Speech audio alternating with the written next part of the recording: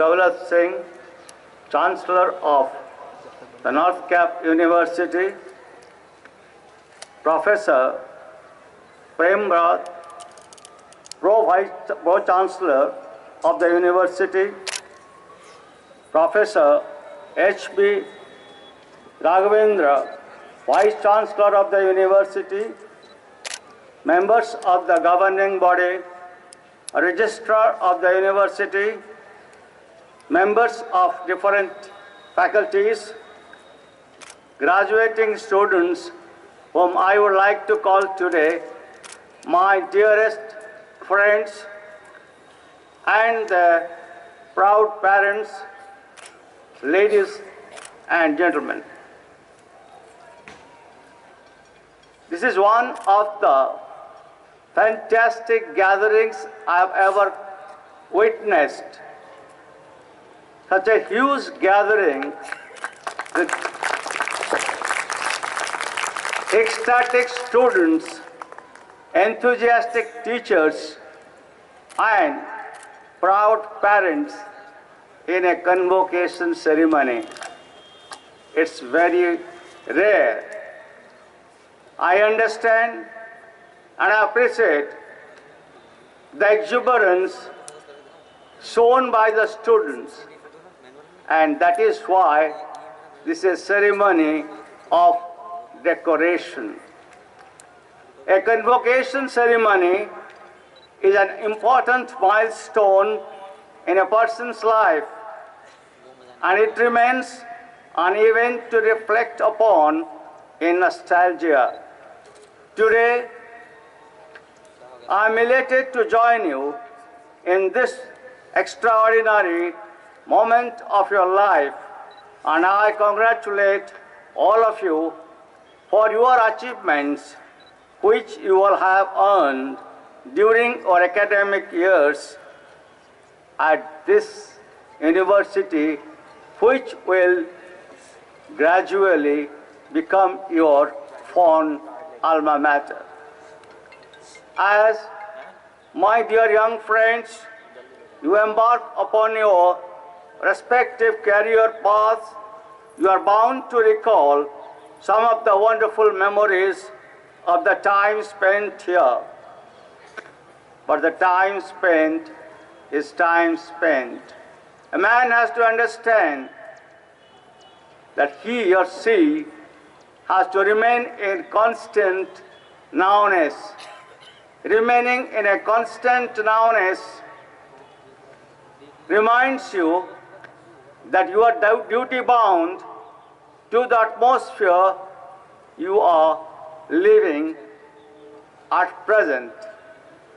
Nostalgia is good. Sometimes it's beautiful to go over there, to have a passage on the time machine, to have a beautiful travel.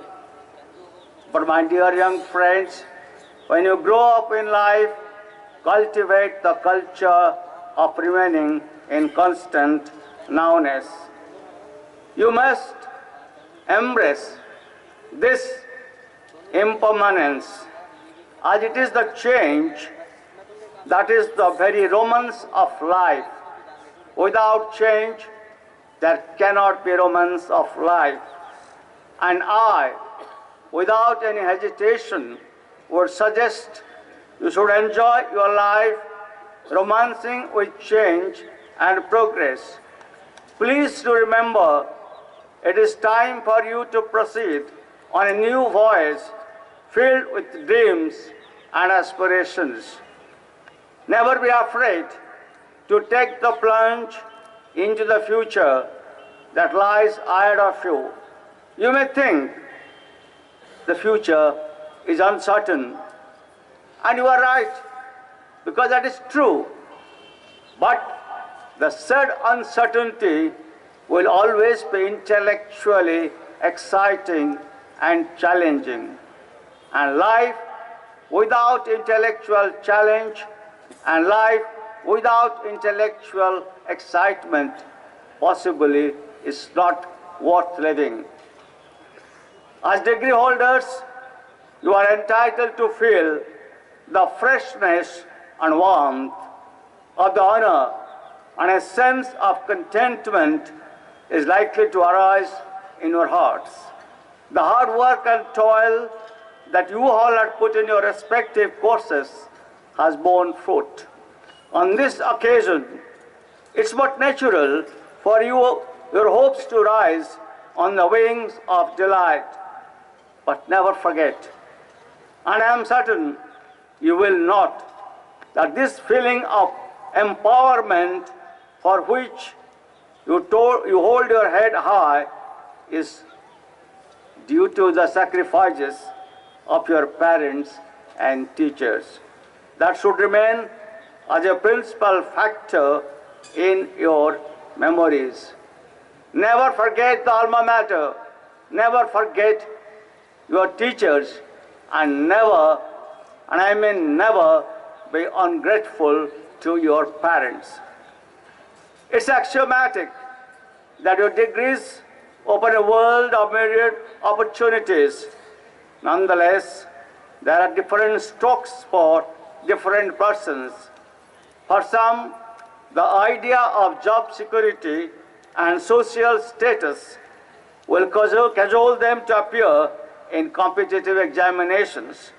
For some, the issue would be how to pursue higher studies. And for some, the idea of prosperity will propel them to enter into new venture and to begin their own startups and become successful entrepreneurs. It will be your individual decision, and I emphasize on the individual decision. You alone will have to take a call.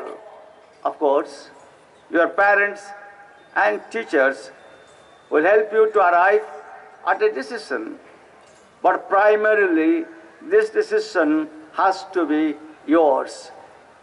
Whatever vocation you choose and you intend to start, that will be the substance of your life. Endeavor to discover where exactly your passion lies. Once you do that, just follow your passion with all your heart and belief. In taking this decision, I have only one simple advice to tender. Irrespective of the vocation you ultimately choose, always remember that there is one common thread which must run through all these choices, and that is the thread of service. In this regard, I am reminded of the saying of Abraham Lincoln, one of the great presidents of United States of America. He said, I quote, "I like to see a man proud of the place in which he lives.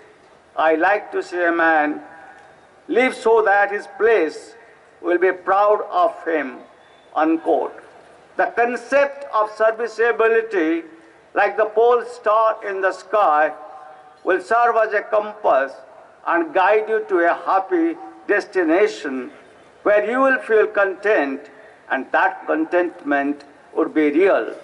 Therefore, my dear young friends, I call upon you to carefully carve out a path for yourselves and inculcate in yourselves the philosophy to work for the collective good.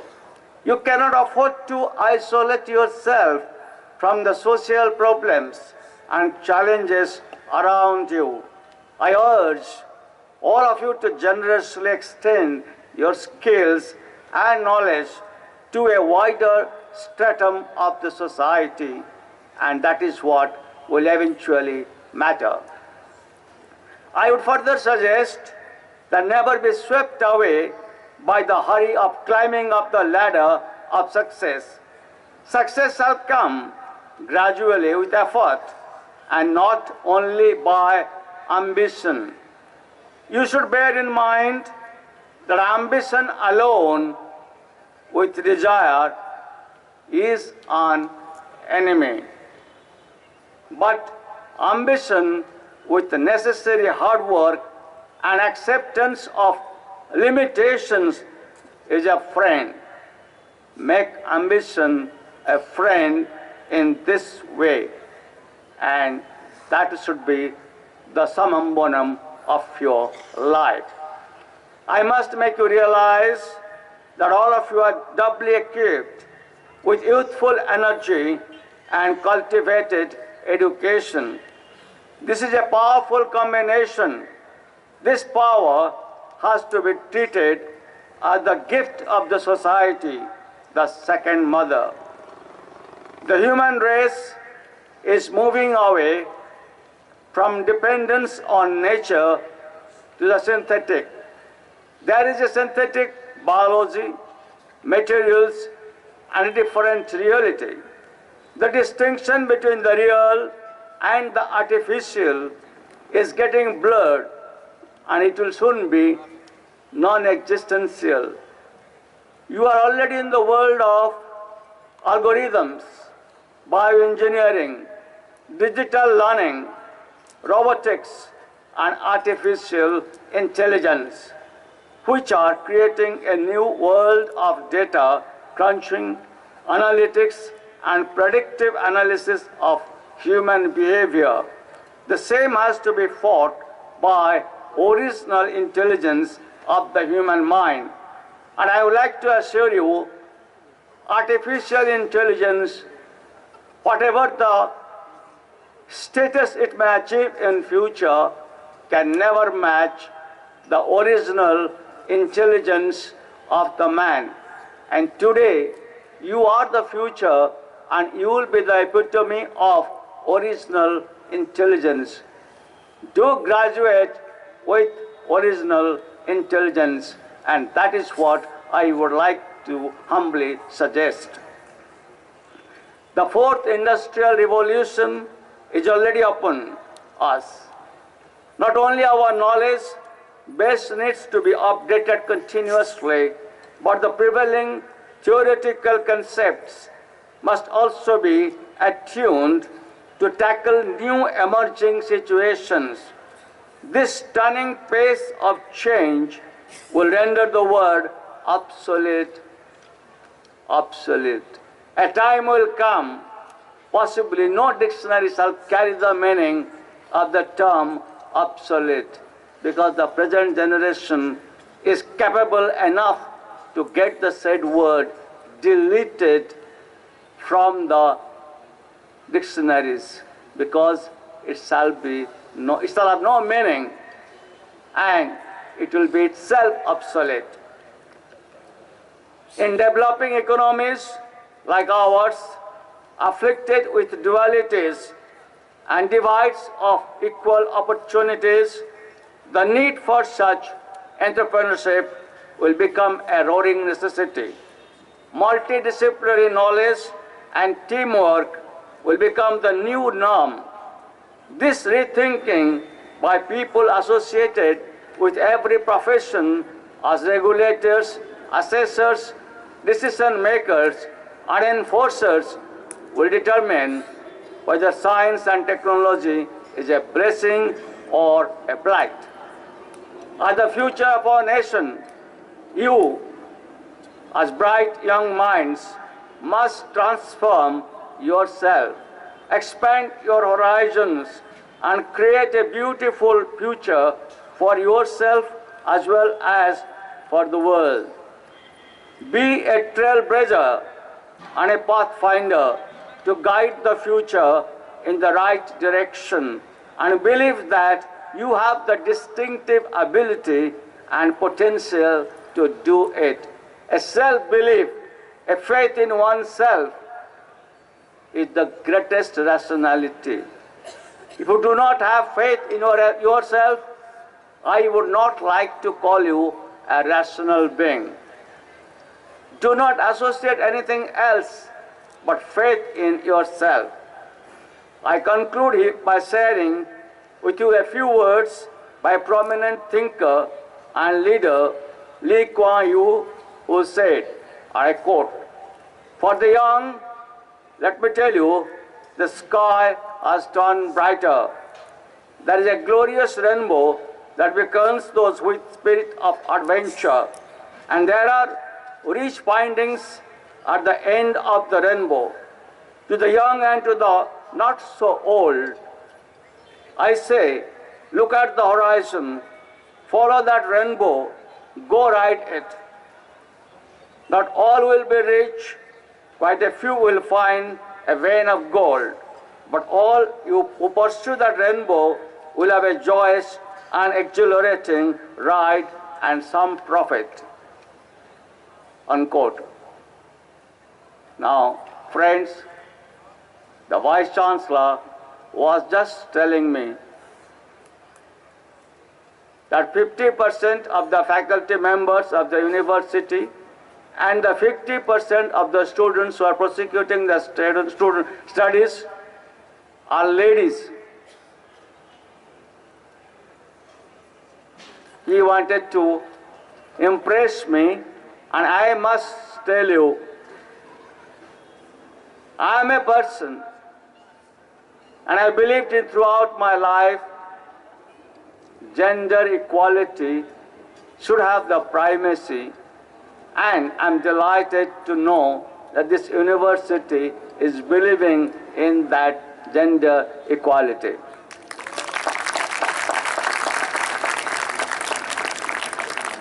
In conclusion, I may remind you that all your actions should be balanced, moderate, and never cross the boundary. You should remain loyal to your social duty, and that is a part of leading a balanced life, a moderate life. I wish my dear young graduating students all the success in their future endeavors. And remember, if you meet me in life, or I see you in life, never forget each other. When I say I, it also includes your teachers and your parents and your alumni, senior colleagues, and also your juniors. Never forget the university. Thank you very much.